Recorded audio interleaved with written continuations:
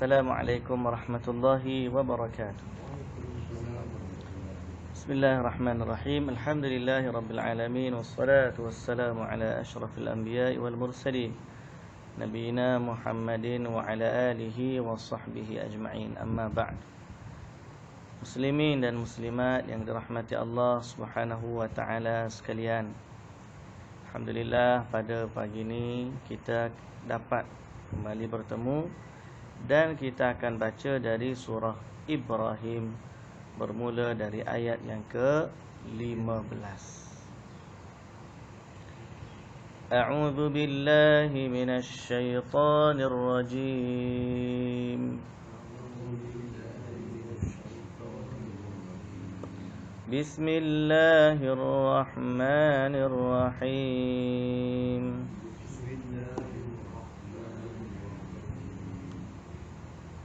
واستفتحوا وخاب كل جبار عنيد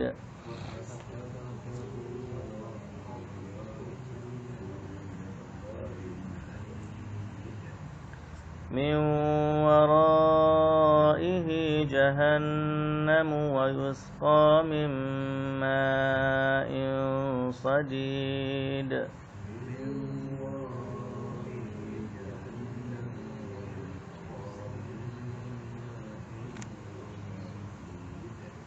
يتجرعه ولا يكاد يسيغه ويأتيه الموت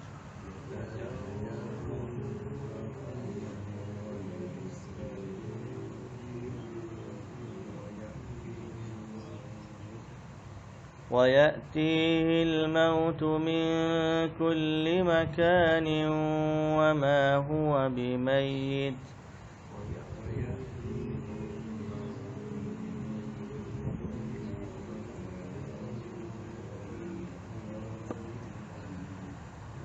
ومن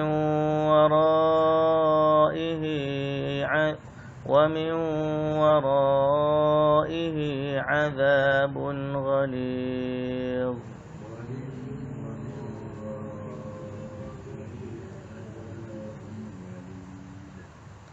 مثل الذين كفروا بربهم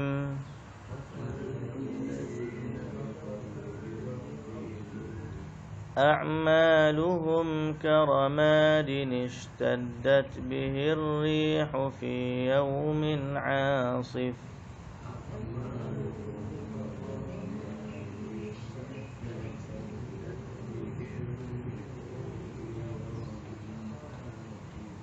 لا يقدرون مما كسبوا على شيء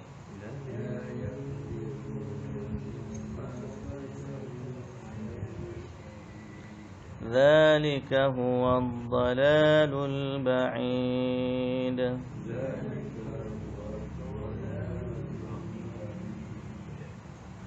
Baik. Bismillahirrahmanirrahim. Alhamdulillah, wassalatu wassalamu ala Rasulillah wa ala alihi wa sahbihi ajma'in. Amma ba'du, puji dan syukur bagi Allah Subhanahu wa taala. Salawat serta salam atas Rasulullah sallallahu alaihi wasallam, juga atas ahli keluarga baginda, para sahabatnya dan para pengikutnya sehinggalah ke hari kiamat. Alhamdulillah. Alhamdulillah, pertama Allah Taala panjangkan umur kita. Alhamdulillahilladzi ahyana ba'dama amatana wa ilaihin nusyur. Alhamdulillah, Allah bagi kesihatan kepada kita. Allah bagi kekuatan kepada kita. Allah bagi kesempatan kepada kita untuk datang salat berjamaah. Alhamdulillah. Alhamdulillah lagi, Allah Ta'ala bagi kepada kita pandangan, pendengaran, pertuturan. Alhamdulillah lagi, Allah Ta'ala ni bagi kepada kita rezeki boleh baca Quran.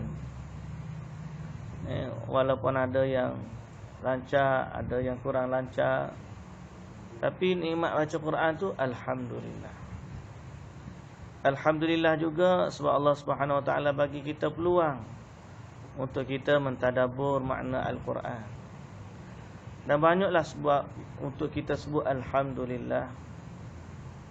Wa in ta'uddu ni'matallahi la tuhsuha. Jadi berbalik kepada tafsir surah Ibrahim. Cerita surah Ibrahim ayat yang ke-15. Okey.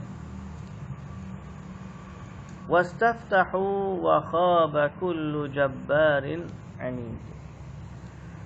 Dan rasul-rasul serta umatnya yang beriman memohon pertolongan kepada Allah untuk mendapatkan kemenangan, dan terkecewalah tiap-tiap orang yang sombong takabur lagi bersikap degil dalam keingkarannya. Jadi ayat ni Allah Subhanahu Wa Taala cerita tentang bagaimana para rasul menghadapi kaumnya. Pada ayat yang 14 dan sebelumnya berlaku dialog antara kafir dengan rasul. Allah Subhanahu Wa Taala akhirnya memberikan berita gembira kepada para rasul, wala nuskinannakumul arda min ba'dihim. Kami akan bagi kamu tinggal di bumi ini. Dzalika liman khafa maqami wa khafa wa'id. Itulah dia janji bagi orang yang takut kepada aku dan takut kepada janji azabku. Jadi Allah pesan kepada Rasul, teruskan dakwah, kami akan bantu kamu.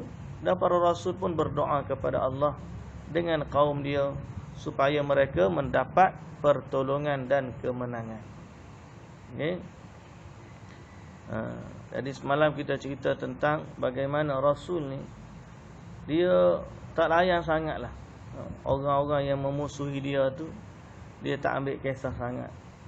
Dia go terus, pergi terus untuk berdakwah, kerana bersama mereka ada janji dari Allah Subhanahu Wa Taala. Adapun orang-orang kafir ni dia nak pergi ke mana? Tak pergi ke mana juga, dia tak boleh nak ikut. Sebab tu kita kata kepada para pendakwah, di saat kita ni menghadapi musuh, yang kita kena buat ialah tinggikan kedudukan kita sebagai da'i, sebagai pendakwah. Dia orang ni, dia tak akan dapat ikut kalau kita ni berada pada puncak yang tinggi. Sebagai contoh, kita cerita semalam, cerita burung helang dengan burung gagak. Nah, burung gagak ni dia boleh naik atas belakang burung helang. Tapi burung helang nak alau tak boleh. Bukan nak alau tak boleh, dia tak ada. Dia ada cara yang lebih istimewa. Apa dia? Burung helang ni dia terbang tinggi sampai kepada tahap burung gagak ni dia tak boleh nak nafas. Sebab dia tidak dicipta untuk bernafas di udara yang tinggi. Jadi bila sampai atas tu, burung gagak dia rasa sesak nafas, dia pun jatuh. Tinggallah burung helang tu terbang tinggi tempat dia. Macam kita juga. Kalau pesawat pengebom B-52, cara dia nak elak peluru, dia bukan susah payah elak peluru. Tak, dia terbang tinggi sampai kepada tahap peluru pandu bumi ni tak boleh nak sampai. Jadi dia pun duduk relax atas tu, tak cara dia bom je. Dari atas tu dia bom.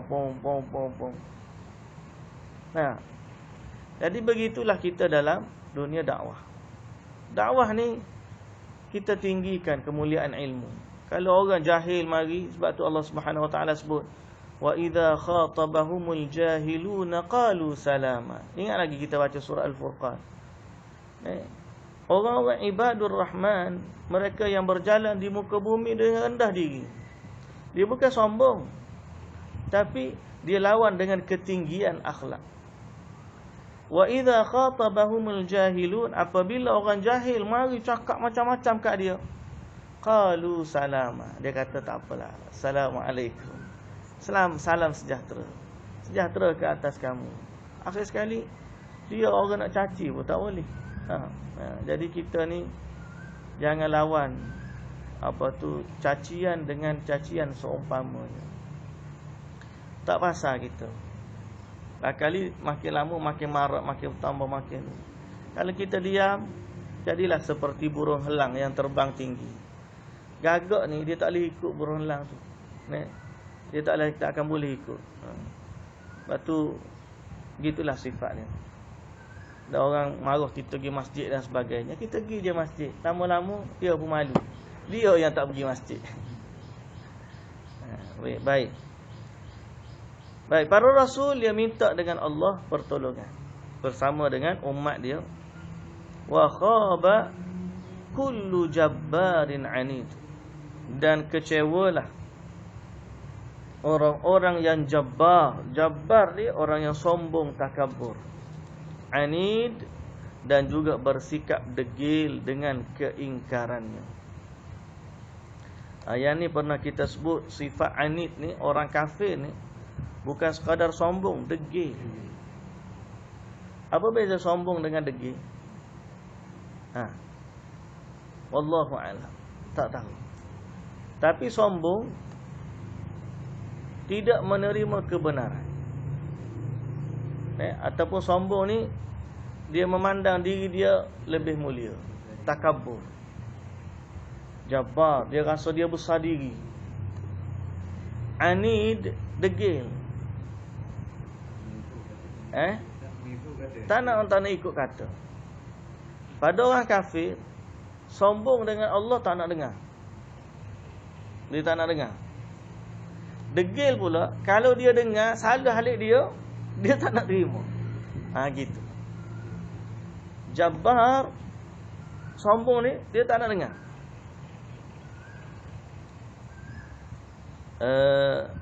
Ai mutajabbirun fi nafsihi. Jabbar, dia rasa besar diri dia. Aku ni lebih baik daripada kamu. Aku tak perlu dengar apa yang kamu kata. Jabbar. Anid, mu'anidun lil haq. Degil dengan kebenaran. Contoh macam mana contoh degil? Kita pernah sebut dalam kuliah dulu degil. Jangan jadi orang kafir yang degil. Degil macam mana? Bila terima hujah pun tetap tidak beriman. Bukti. Orang kafir Quraisy degil tak degil? Degil. Macam mana sifat degil dia? Mula-mula dia sombong dengan Nabi. Dia tak percaya Nabi. Nabi ni serupa kita je. Baik. Maka dia bawa bukti pula. Dengan Nabi SAW dia minta bukti. Belah bulan. Nabi SAW pun minta dengan Allah. Allah Ta'ala pun turunkan bulan. Belah 2 bulan. Sebelah 2 alik kanan, sebelah 2 alik kiri Nabi. Orang kafir tengok. Kemudian Nabi cantumkan balik bulan, naik ke atas. Lepas dia tengok tu, dia beriman ke tak? Bukti dia minta ada, tapi tak nak beriman juga. Degil. Bukan sekali. Kes lain pula, peristiwa Isra' wal Mi'raj. Nabi bagi tahu, aku pergi berjalan ke Isra' Mi'raj ni 1 malam je. Daripada Mekah ke Palestin, naik ke langit jumpa Tuhan, kemudian sampai sini pagi ni balik. Dia tertawakan Nabi.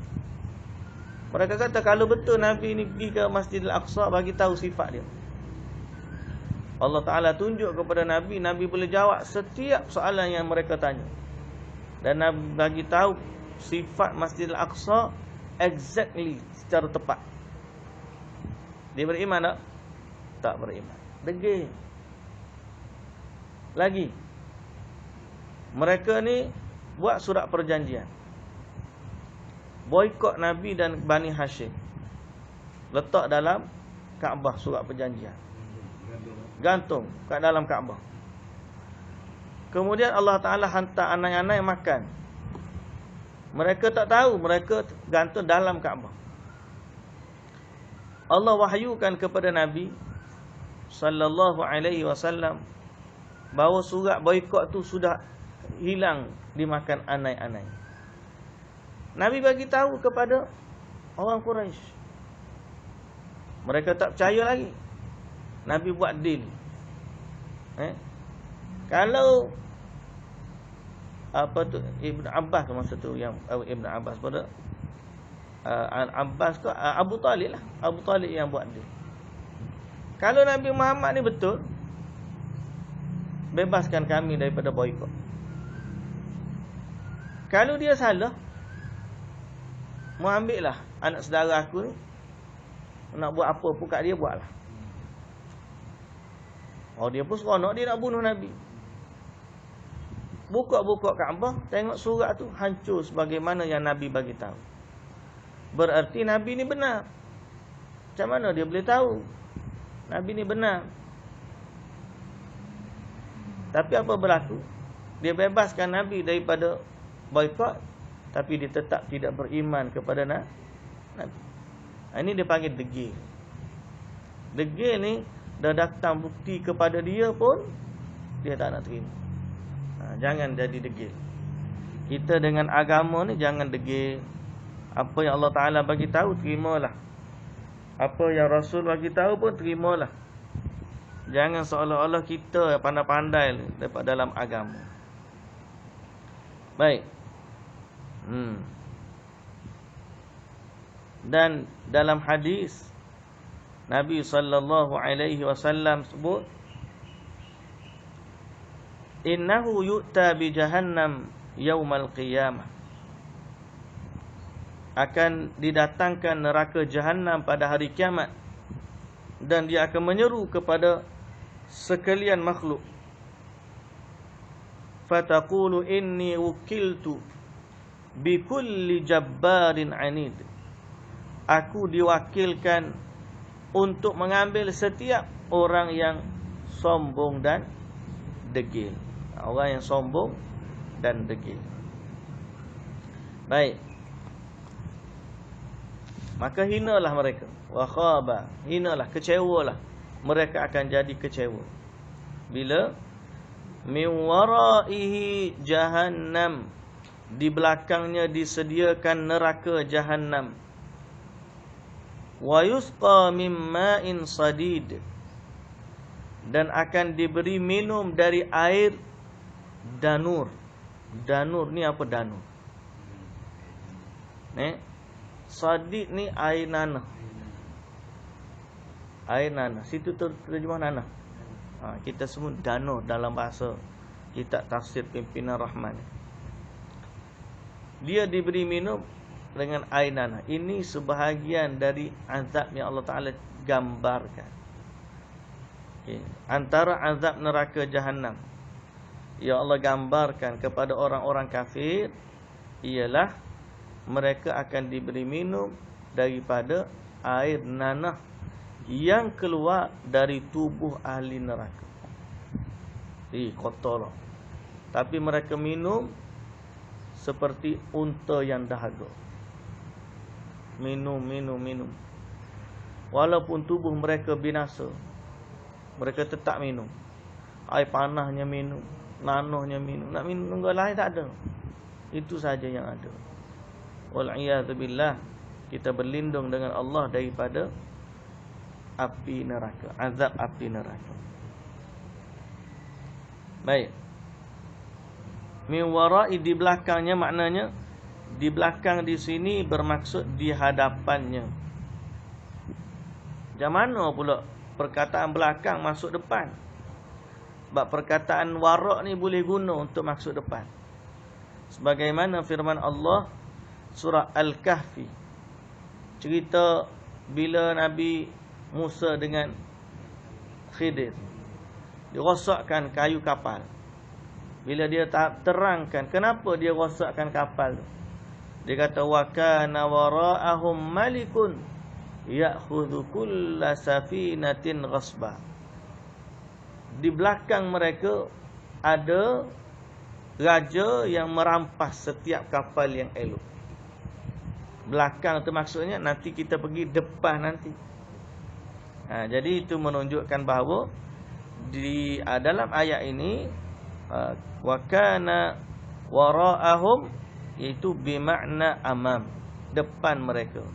Mana di hadapan mereka disediakan neraka Jahannam. Neraka Jahannam.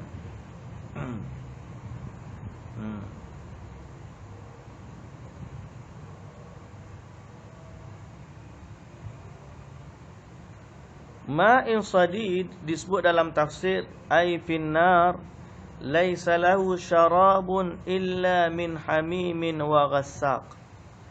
Fahadha harun fi ghayatil hararah wa hadha baridun fi ghayatil bardi wan natin.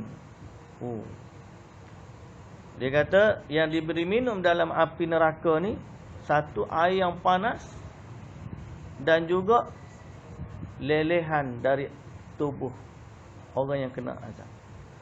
Dan lelehan tersebut disebut hadza barid, hak air panas tu panas, hak nano ni sejuk. Sebab kan kita kata dalam neraka ni azab ada dua jenis. Satu kepanasan yang ekstrim, yang kedua sejuk yang ekstrim. Dan bila bertemu dua panas dan sejuk ekstrim ni, pecah, berkecai, menambahkan lagi seksa dia. Jadi air pun lagu tu juga disebut di sini. Ada air yang panas, ada air yang sejuk. Ada air yang panas, ada air yang sejuk. Diberi air yang panas dan diberi nanah yang sejuk. Wanatin dan busuk. Sejuk tu busuk. Dan Allah, beratnya azab ni. Dia meminumnya dalam keadaan terpaksa. Yatajarra'uhu wala yakadu yusighuhu. Hampir-hampir tidak dapat ditelan kerana terlalu busuk. Terlalu tak boleh nak telan. Tapi telan juga. Hampir-hampir tak boleh telan. Amin. Tak boleh nak bayang. Kita dengar apa berasa. Rasa tekak. Allah Ta'ala kata, yatajarra'uhu, mereka akan telan. Terpaksa. Minum juga. Wala yakadu yusighuhu, hampir-hampir tak boleh nak telan, tak diterima tekak dia. Kerana busuknya. Kerana busuknya. Wa ya'tihil mautu min kulli makanin. Okay? Dan akan datang kepadanya kematian dari segala arah. Segala arah. Maksud segala arah ni apa? Ay ya'lam lahu jami'u badanihi wa jawarihihi wa a'dha'ihi. Rasa sakit ni dalam setiap inci tubuh dia. Anggota-anggotanya. Semua sekali rasa sakit. Sehingga dia rasa nak mati daripada semua arah.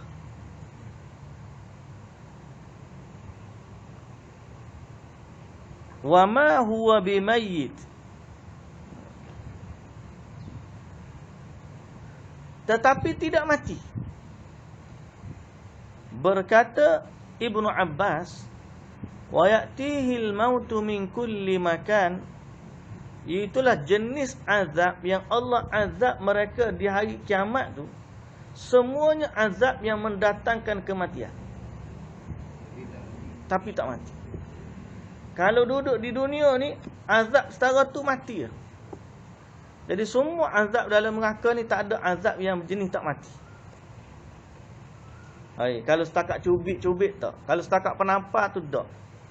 Kalau setakat azab yang tak mati tu tak ada dalam neraka. Azab neraka ni sifatnya semuanya mematikan. Sakitnya. Cuma masalah tak mati. ialah seringan-ringan azab api neraka diletakkan bara di tapak kaki, menggelegok otak. Mati tak kalau di dunia? Mati. Apatah lagi yang lain. Air panah tu dituang masuk dalam perut, hancur luluh perut, isi perut. Mati tak? Mati. Ada orang terburai urat perut dia, pegang urat perut dulu jalan dalam neraka. Kalau dunia mati tak? Mati. Tapi dalam neraka tak mati. Wa ma huwa bimayyit. Tetapi mereka tidak mati.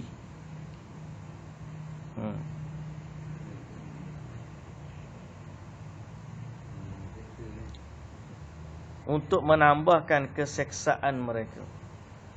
Wa min waraihi azabun ghalidh. Dan selain itu ada lagi azab seksa yang lebih berat.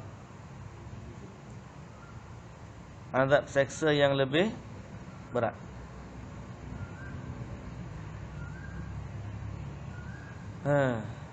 Apa dia? Banyak lagi lah yang Allah Ta'ala tak sebut daripada air panas. Ada buah zakum, ada air panas,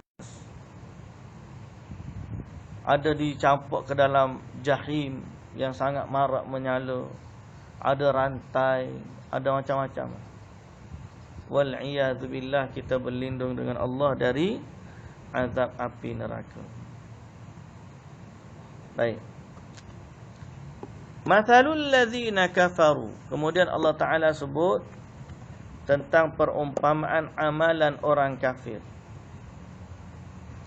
Orang kafir ni, kalau dia beramal baik sekalipun, Allah kata amalan dia sia-sia. Allah tak terima. Sia-sia. Macam mana perumpamaan dia? Allah Ta'ala bagi tahu sini. Bandingan segala kebaikan amal dan usaha orang-orang yang kufur ingkar terhadap Tuhannya adalah seperti abu yang diterbangkan angin pada hari ribut yang kencang. Abu ditiup angin. Bukan angin biasa, angin ribut. Macam mana keadaan abu tersebut? Hilang, tak tahu mana. Bukan setakat angin sepoi-sepoi bahasa ni, angin hak mari pak habis itu, tak meninggal walaupun satu. Cuba bayang, sia-sia. Kita tengok angin ada abu, mari angin hilang. Orang kafir tengok ada amalan sampai hari akhirat hilang, habis. La yaqdiruna mimma kasabu ala syai'. Mereka tidak beroleh sesuatu faedah pun dari apa yang telah mereka usahakan. Sia-sia. Derma 1 bilion, sia-sia. Buat baik, jaga anak yatim, sia-sia. Kenapa dia sia-sia? Soalan dia. Kenapa Allah Ta'ala ni tak terima amalan mereka? Sia-sia. Tak boleh ke Allah Ta'ala terima? Tuan-tuan yang dirahmati Allah, syarat nak beramal ni kena ada dua. Pertama, ikhlas kerana Allah. Maknanya buat tu kerana Allah. Kalau orang Islam pun, kalau buat tidak kerana Allah, Allah Ta'ala tak terima. Apatah lagi orang kafir. Orang kafir ni syarat pertama tak lepas dah. Bila masa dia ikhlas kerana Allah? Sebab dia tak beriman kepada Allah. Jadi macam mana nak suruh Allah Ta'ala terima amalan mereka? Mereka tidak beriman kepada Allah. Contoh dia, cabut, tak pakai. Daripada tadi lagi. La ilaha illallah. Mau dengar? Oh, cerita lang dengan gagak kita tak dengar juga ni. Banyak dah nak habis dah ni. Kita setengah dah ni. Aduh. Tak apalah. Cuma tak didengar ujung-ujung. Okey. Jadi amalan orang kafir ni seperti debu ataupun abu yang diterbangkan angin pada hari ribut yang kencang. Dia bila datang tu, wah, tak usah kata hari ribut kencang. Paling mudah gambaran kita, tuan bayangkan, mari tornado. Angin puting beliung. Bukan setakat abu dengan rumah-rumah tercabut. Kalau abu tu lagi hilang. Tak tinggal walau sedikit. Sebab apa? Amalan orang kafir ni tiada nilai di sisi Allah. Kerana mereka tidak beriman kepada Allah. Macam kita lah. Tak usah kata orang lain, kita. Buat kerja tip-top. Tip-top kerja. Cuma masalah dia ialah kita pergi buat kerja hak company lain. Bukan company yang kita kerja. Agak-agak bos ni nak bayar tak gaji kita. Kerja tip-top memang tip-top. Kita tak nafi. Tip-top kerja dia. Cuma masalah dianya ialah kita pergi buat kerja untuk company lain. Bukan company yang bayar gaji kita. Contoh. Ada 2 buah rumah. Kita pun ni rumah A, rumah B. Kita punya rumah A, orang jiran kita rumah B. Kita pun upahlah tukang rumah. Dia buat rumah B, cantik sungguh rumah B dia. Maknanya dia buat sama dengan yang dia buat kepada ni. Orang Islam buat baik anak yatim, dia pun buat baik rumah anak yatim. Orang Islam bantu orang miskin, dia bantu orang miskin. Masa gempa bumi, dia bantu. Akhlak baik, dia akhlak baik. Tak benci kat orang, tak benci kat orang. Senyum sama. Hormat orang tua. Dia buat baik, tip-top. Sama. Cuma, dia buat baik rumah orang lain. Kita nak bayar tak gaji dia? Mu minta dengan tuan rumah tu lah. Memang logiknya macam tu lah kan. Mu buat kerja kan. Mu buat rumah orang lain. Mu minta gaji dengan dia. Maka Allah Ta'ala, bila sampai hari akhirat, simple je. Allah Ta'ala hadirkan Tuhan-Tuhan yang mereka sembah. Ha minta dengan Tuhan tu. Hak sembah Siva, minta dengan Siva. Hak sembah apa? Ganesh, minta dengan Ganesh. Hak sembah Jesus, minta dengan Jesus. Hak sembah apa lagi? Buddha, minta dengan Buddha. Semua matahari, minta dengan matahari. Kat mereka mana ada para penyembah berhala pun ittabarra alladhina tubi'u minal ladhina taba'u wa ra'awul azab. Apabila yang diikuti ni, bila tengok je azab, berlepas diri daripada yang mengikuti. Lepas diri, habis tu nak minta dengan siapa pahala? Akhir sekala pahala tu hilang sia-sia seperti diterbangkan angin. Jadi sebab tu iman ni benda mahal. Benda mahal, iman. Mahal dia bila kita kembali kepada akhirat, kita akan bertemu dengan Tuhan yang sebenar. Di saat itu, baik buruk tu nombor 2. Orang tu jahat di dunia, orang tu baik di dunia, tu nombor 2. Nombor 1, dia beriman kepada Allah ke tidak? Itu dia. Dia baik Allah, tahap malaikat, pijak semut tak mati. Pijak agar-agar tak pecah. Jalan atas tasik tak tenggelam. Baik sungguh ni. Tahap wali dah ni. Baik dia ni tahap wali. Pijak semut tak mati, pijak agar-agar tak pecah. Tak, jalan atas tasik tak tenggelam. Wali. Cuma satu je. Tak beriman kepada Allah. Habis. Jadi sebab tu amalan orang kafir ni sia-sia. La yaqdiruna ala syai'in mimma kasabu. Mereka tidak beroleh sesuatu faedah pun dari apa yang telah mereka usahakan itu. Jadi pesanlah kepada, ataupun batu kita ni dalam keutamaan dakwah. Kalau kita ada sahabat kita orang Islam, akhlak dia tak baik, Kita ada sahabat kita yang non-Muslim, akhlak dia baik. Siapa dulu kita nak dakwah? Nak dakwah orang Islam biar jadi baik ke? Nak dakwah non-Muslim supaya dia beriman?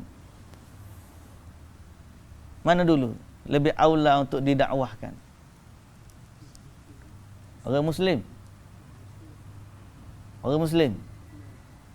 Dia baik, tapi dia jahat. Akhlak dia tak comel. Ada dua orang. Nah, kita nak ajak siapa? Of course kalau kita boleh ajak dua-dua, itu lebih baiklah. Tapi sekarang ni dari sudut keutamaan. Keutamaannya ialah pada orang kafir yang belum Islam. Sebab kemudaratan dia hari akhirat bagi dia lebih besar. Orang Islam ni bukan kita nak biarkan dia, tak. Kita pun kena kata juga, baikilah dia, nasihatlah dia. Tapi keutamaan menyelamatkan orang non-Muslim daripada azab api neraka dengan ajak dia beriman kepada Allah, itu lebih utama daripada orang yang dah Islam tapi akhlak dia kurang baik. Jadi kena faham kenapa kita buat macam tu. Kan saya pernah sebut, orang tanya Dr. Zakir Naik, kenapa orang, dia kata dia orang Hindu. Hindu made Hindu. Hindu don't ask Muslim to be Hindus. Why when Hindu made Muslim, the Muslim ask Hindu to be Muslim? Dia kata gitu. Bahasa Arab, bahasa dia tanya tu bahasa orang India, bahasa Taylor lebih kurang saya lah bahasa Inggeris dia tu. Tapi fahamlah soalan dia.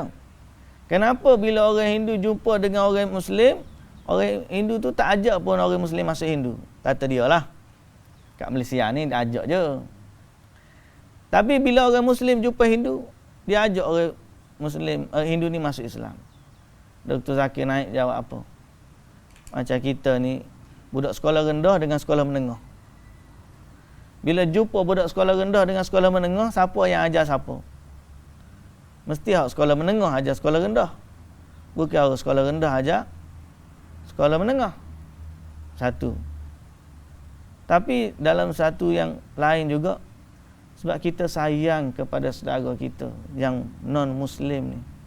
Kita tahu dia baik, kita tahu dia ni menghormati jiran, menghormati orang tua, suka belanja. Cuma tak sanggup kalau dia ni tiba-tiba mati dalam kekufuran. Apa nanti perasaan dia bila dihadapkan ke hadapan Allah? Takut-takut dia kata pula kepada kawan dia yang Muslim, selama kita berkawan 20 tahun ni, tak pernah sekali pun kamu bagi tahu aku tentang Islam. Macam mana? Berat tu. Nah, jiran pun banyak keliling tu. Macam mana nak buat? Macam mana nak buat? Kita ni takut nak ajak orang masuk Islam. Takut apa ke? Sensitivity kaum. Takut sungguh nak jaga sensitivity kaum. Dia tak jaga pun sensitivity kita. Kita yang terlebih jaga. Ni mungkin dia pun adalah yang jaga sensitivity. Tapi isu dia bukan dia jaga kita, kita jaga dia, tak. Isunya kita beriman kepada Allah selamat. Dia beriman kepada kufur, dia tak selamat. Sekarang ni kita nak selamatkan dia dari azab api neraka. Tu dia. Bukan dia kata, walaupun dia marah sekalipun. Doktor kalau nak rawat orang, kena marah pun doktor buat tak? Buat. Tak boleh kata, saya tak boleh rawat awak sebab nanti awak marah kat saya. Tak boleh. Nama doktor, dia kena buat. Tok Mudim, budak tu tendang pun, senyum je.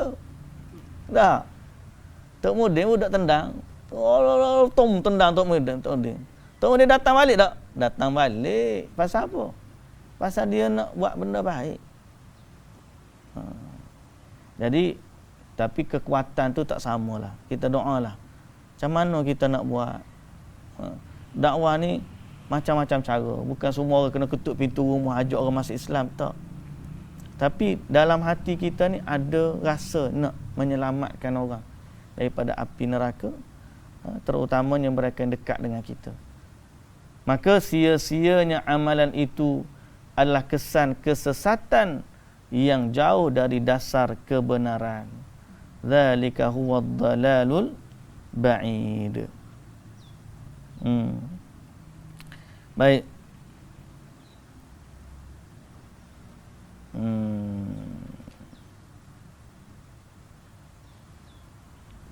Wallahu ta'ala alam. Kita berhenti setakat tu dulu. Kita akan sambung besok hari pada ayat yang ke 19. Wallahu ta'ala alam. Subhanakallahumma wa bihamdika asyhadu an la ilaha illa anta astaghfiruka wa atubu ilaik. Assalamualaikum warahmatullahi wabarakatuh.